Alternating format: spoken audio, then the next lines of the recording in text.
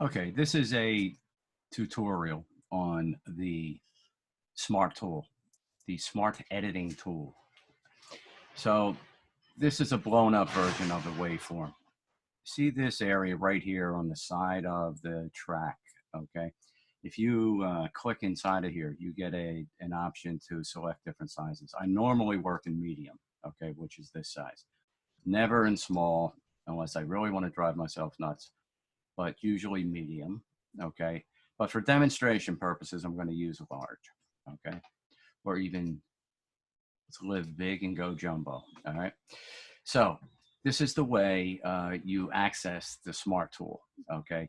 You make sure, okay, that these three tools are all lit up, okay? And you do that by clicking above there. There's this kind of staple-like thing above there. Okay, just click on that, click inside that, and you'll get all three. All right, now the way the Smart Tool works is where you put the cursor determines what tool you are using.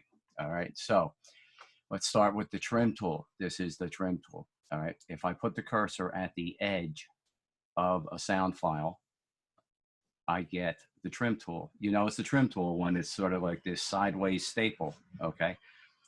I can click and then drag in to trim something I don't want, click and drag in, okay, or say I change my mind, I want to go back out, okay. That only works on the edges, okay, only on the edges, all right. The next one is the selection tool, all right. The selection tool only works in the upper part of the waveform, okay. This is a stereo waveform. So it would be on the upper part of the stereo track. Okay, so you know you're in the right tool, by the way, when it turns into an I-beam. This is an I-beam. Okay, this is the trim tool. Okay, and we'll get to this in a second. This is the grabber tool. Okay, so that's at the bottom. So the trim tool, you must put the cursor at the top of the screen, and then you can click and drag something that you want to select. If you know the resolution is not good enough, zoom in, hit T, R and T, R zoom out, T zoom in.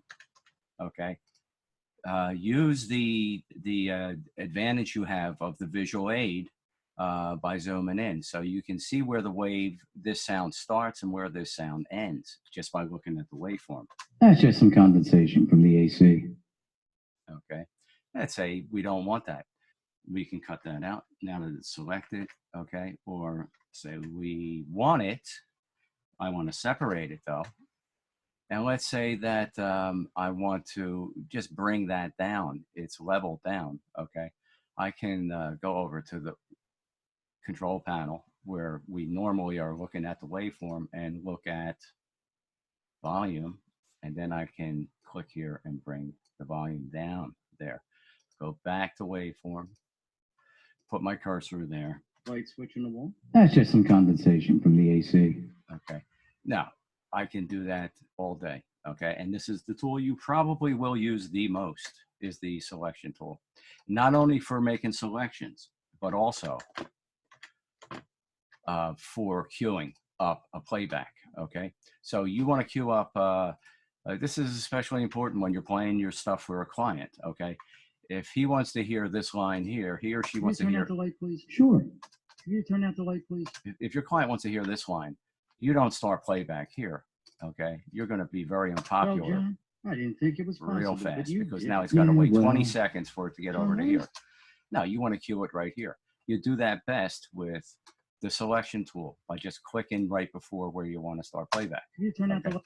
Now, finally, we have the grabber tool, which becomes available when you put the cursor at the bottom of the waveform. Okay, that will allow you, when you click once with the grabber tool, it selects the whole sound file. Okay, I'm going to zoom back out, and that allows me to move that around. I can move it to another track.